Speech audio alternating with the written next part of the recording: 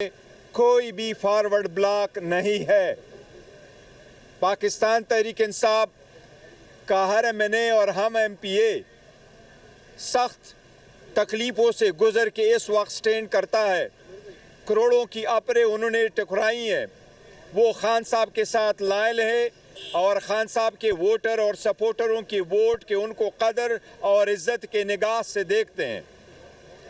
انشاءاللہ تعالی کے پی کے میں پاکستان تحریک انصاف کی 2/3 میجارٹی برقرار رہے گی۔ پاکستان تحریک انصاف کی کے پی کے میں 91 ایم پی ایز ہے، 91 ایم پی ایز متحد یکجا ہے اور خان صاحب کے ہدایات کے مطابق جو خان صاحب کے ہدایات ہوں گی اسی کے مطابق عمل درآمد کریں گے۔ وزیر اعلیٰ کا استعفیٰ دینا چونکہ ایک آئینی مسئلہ ہے، لہٰذا وہ پروسیس کا انتظار ضرور ہوگا، لیکن علی امین صاحب نے بڑا کلیئرلی کہا ہے کہ وہ خان صاحب کے اعتماد تک ہی وزیر اعلیٰ تھے۔ میں نے ان کے ساتھ تفصیل سے بات کی ہے، حکومتی امور پہ، پارٹی کے امور پہ، خان صاحب کے ہدایات پہ۔ میں علی امین گنڈاپور صاحب کے خدمات کو خراج تحسین پیش کرتا ہوں۔ انہوں نے دن رات اپنے پارٹی کے لیے، اپنی حکومت کے لیے، کے پی کے عوام کے لیے، چاہے وہ سیلاب کے وقت تھا، چاہے وہ پارٹی کے تحریکوں کے وقت تھا، انہوں نے وہ کردار ادا کیا کہ رہتی وقت تک انشاءاللہ تعالی دنیا یاد رکھے گی کہ کے پی کے میں ایسا بھی وزیر اعلیٰ آیا تھا جس نے اپنے ڈیفیسٹ کو سرپلس میں بدلا ہے، اور انشاءاللہ خان صاحب کے ویژن کے مطابق صوبہ آگے بڑھے گا۔ تبدیلی کرنا، خان صاحب نے ہمیشہ کہا ہے کہ اپنے کیپٹن ہمیشہ اپنے کھلاڑیوں کو کہاں وہ کرتا ہے، کھیلتا ہے، اس کو کون سی ذمہ داریاں نبھاتا ہے، کس وقت وہ چینج لے کے آتا ہے، یہ کپتان کی ذمہ داری ہے، فرض ہے اور حق ہے، اور ہم انشاءاللہ اس کے مطابق، خان صاحب کی ہدایات کے مطابق اپنے فرائض انجام دیں گے۔ یہ ایک بات پھر میں کہہ دوں، انشاءاللہ کے پی کے میں صرف اور صرف پاکستان تحریک انصاف کی حکومت ہوگی۔ یہ بتائیے کہ کیا علی امین گنڈاپور صاحب کو ہٹانے کی وجہ جو ہے علیمہ خان کے خلاف بیان ہے یا پھر وجہ کچھ اور ہے، اور سہیل اپریدی کا تعلق خیبر سے ہے، کن چیز سے کسان ہوگا ان کو؟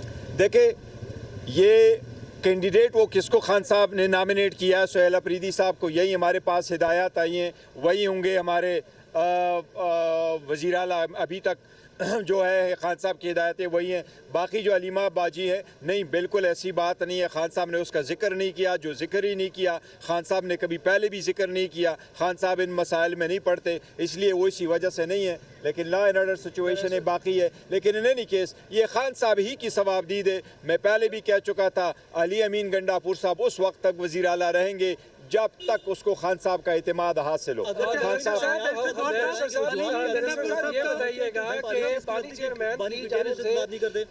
ایک سوال خیبر کے آپریشن کے حوالے سے تحفظات پائے جاتے تھے اور وہ باہر کہہ چکے تھے کہ علی امین جو ہے وہ اس آپریشن کو رکوائیں، تو کیا یہ چیلنج جو ہے اب خیبر کا آپریشن جو ہے وہ نہیں؟ دیکھو، اس وقت ایک جو آپریشن تھا وہ باجوڑ میں تھا یا تیرا میں مقام پہ ہوا تھا، وہ جو آپریشن تھے وہ انٹیلیجنس بیس آپریشن ہوئے تھے۔ پاکستان تحریک انصاف نے ہمیشہ ہر اس آپریشن کی مخالفت کی ہے جس میں لوگوں کو ڈسپلیس کیا جائے، لیکن پاکستان تحریک انصاف کا موقف ہمیشہ یہ بھی رہا ہے کہ دہشت گردی کو جس فارم میں بھی ہو اس کو ختم کیا جائے اور اس پہ سیاست نہ ہو۔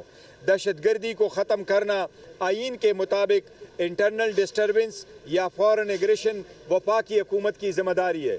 صوبائی حکومت نے کبھی کوئی ایسی پرمیشن نہیں دی تھی کہ اس لارج سکیل پہ آپریشن ہو جس سے لوگ ڈسپلیس ہو اور ڈسپلیس نہ ہو۔